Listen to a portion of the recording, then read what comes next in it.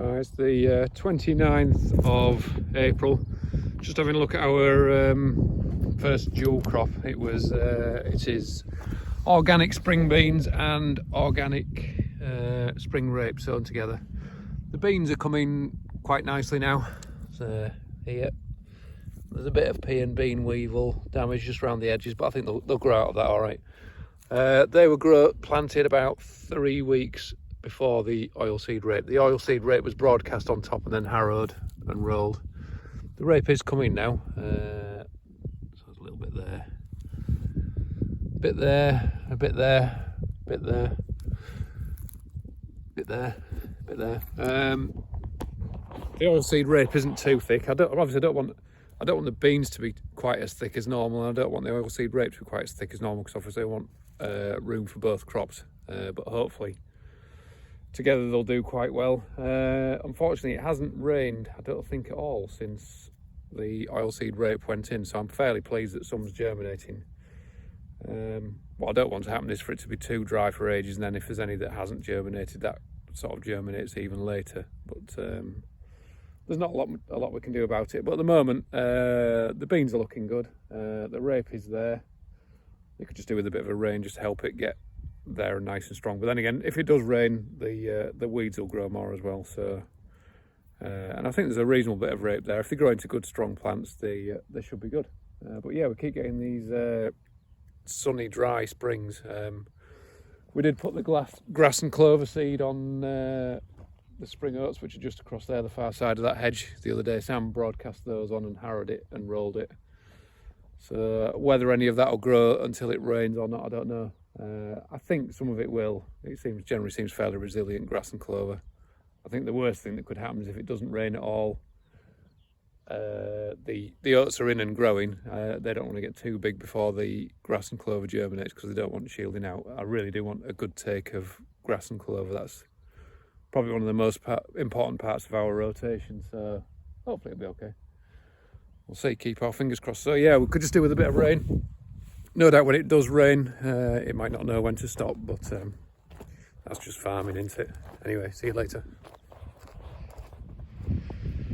Sam's just on comb harrowing some organic spring barley now. It was drilled in March sometime, this. It's a variety called Evelina. It's a feed variety. We're growing it for seed, actually. It's dry. It's been dry for feels like weeks now. But that's quite good for this job, comb harrowing, because you're trying to knock the small weeds out and you want them to dry out on the surface anyway, so it's kicking up a bit of a dust, but it seems all right.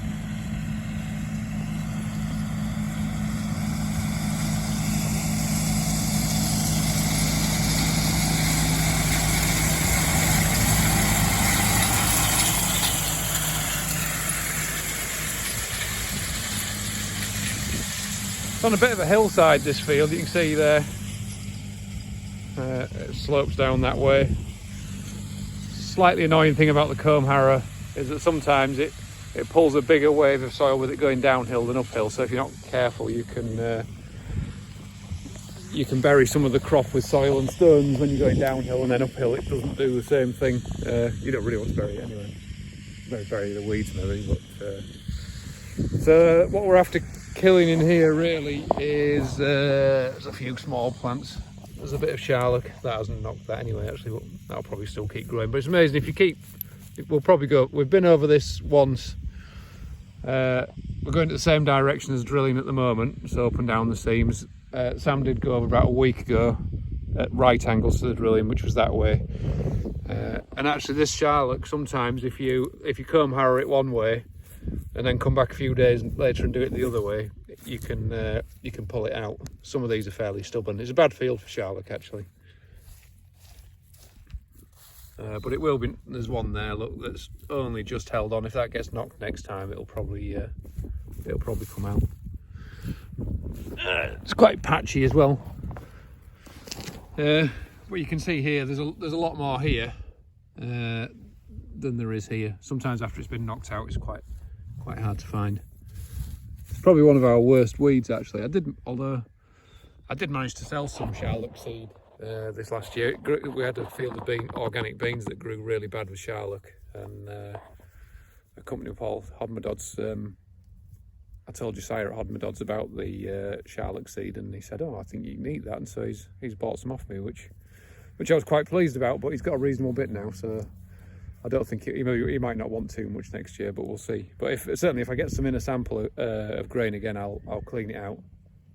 It's something that we can do. We didn't used to have a grain cleaner, and we got one about a year ago, and it's amazing how useful it can be just for cleaning up odd samples of corn. And with organic farming, it means that you can aim on getting the weed seeds in the combine, and then get them out in the yard where they don't end up on the soil surface again. So I think it could well be worth it in the long run from that point of view. And if you clean your samples up, they can be worth a bit more to sell as well. So it's good. Sam's coming back again. He's using GPS today. GPS really has changed some jobs like this, because it's amazing how accurately you can do the jobs with GPS that you just couldn't do it the same when you were steering yourself. And obviously on a job like this, if it is a bit rough on the crop where you overlap, if you get overlaps, it can be really quite rough on the crop, whereas with GPS it drives it so accurately you only get maybe an inch or two of overlapping. We'll see. If I stay here, he shouldn't hit me. I don't know that there though.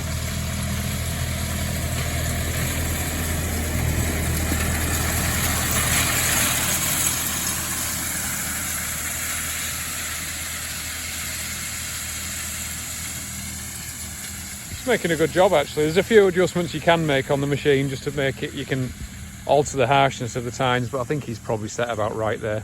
The crop's still quite young, I don't want to knock it too much. It's actually quite an old machine now. We got that when we first went organic, so it'll be about 20 odd years old now. So, but it's still fine. There's a little bit more loose on some of the joints, but other than that, it's good. So it's done a lot of work. It'll be on about its fourth set of tines, I think. They're only like bent wire out of sort of fairly hard steel, but they last a reasonable amount of time. I probably don't use it quite as much as I used to do. You have to be a little bit careful, because the best form of weed control in organic farming is a competitive crop. So if you do too much damage with your comb harrow, you've given yourself a disadvantage. So I always like to make sure I've got a good crop growing first, really, before I even consider using it. And it's a little bit serious. The weed burden often depends a bit on the weather just after planting crops. If it comes very wet, you can get a lot of weeds. If it stays dry, you probably get less weeds, but then you might get a flush of weeds when it does rain. Making a little bit of dust today.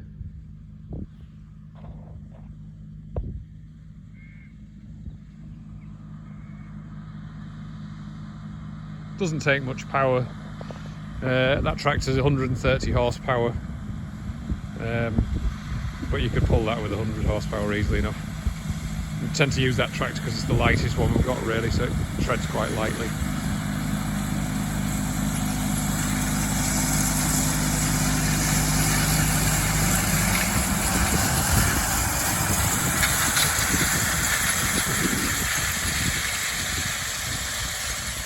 Anyway, I think I'm quite happy with that. Sometimes it looks like your crop has been knocked quite heavily, but it's amazing how after a day or two, any that's got stones on top of it does tend to spring back out again.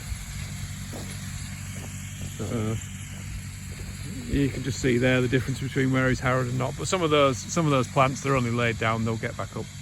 If you look at the field from across the valley, it'll have quite a good effect. It sort of stripes it, so it'll look quite striped for a few days. Absolutely beautiful day for it.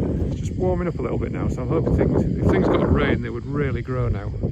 We have a few spring crops that are absolutely desperate for a rain, really. But it'll rain when it rains. Good view as well from here. That's looking out over sort of Pocklington and across to home on Spalding Moor and across to the Hughes Bridge on the M62 and that kind of thing. See you later.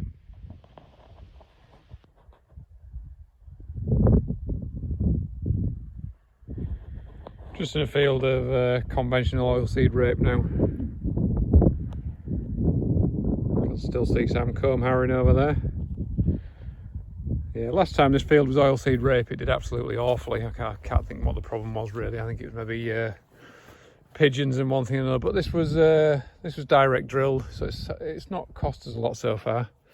Pheasants have made an absolute mess of it along the bottom side, so I've drilled a bit of buckwheat in at the bottom. But yeah, pheasants just wouldn't let it get going. So just it failed for about 5 acres at the bottom, but the most of the fields got going all right.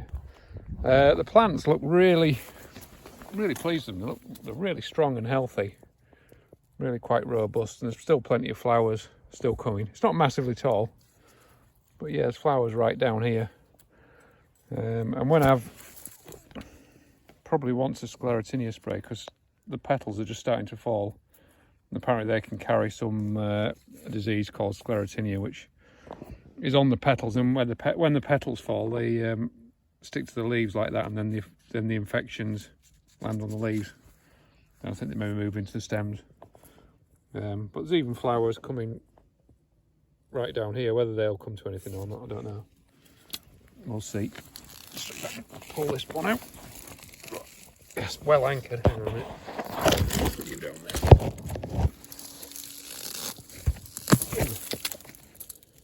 I was going to show you the roots, but that one doesn't come out very well.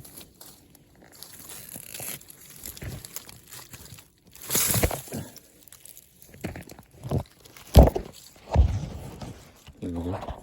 They're the best filming in the world. So there's the roots of one of the plants. It's got a really good thick stem on it, really strong, and really good root networks down there at the bottom, and quite deep rooted as well. It's not the deepest soil in this field, I've probably snapped that off, but it's probably going down a good 12 inches anyway, which probably isn't very much for some soils, but for here, believe me, if you dug a hole with a spade 12 inches, you'd be doing quite well. So the roots tend to go down so far and then branch out sideways. But I'll have pulled a lot of these small little roots off when I pulled it up, so they're sort of stretching through the soil surface anyway. It did get some green waste compost on it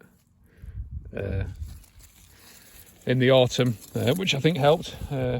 Just helps the soil biology to get going a bit. So yeah, I'm relatively pleased. I don't know it's going to be a huge yielding crop, but I'm pleased with it at the moment. It's clean, it's even. It is conventional, this. A lot of people would spray it with Roundup at the end of the season to finish it off and dry it out ready for harvest. I'd like to avoid that if I can, so my options at the moment is I'll either swath it, so I'd cut it and leave it in rows to dry in the sunshine and then combine it, or I could leave it to ripen naturally, which I have done before, and it's an even crop, so that might work. We'll see. I've still got time to make the decisions though. So, but you can see where some of these flowers have already flowered and dropped off, and so there should be setting seeds in these. These will become the seed pods eventually.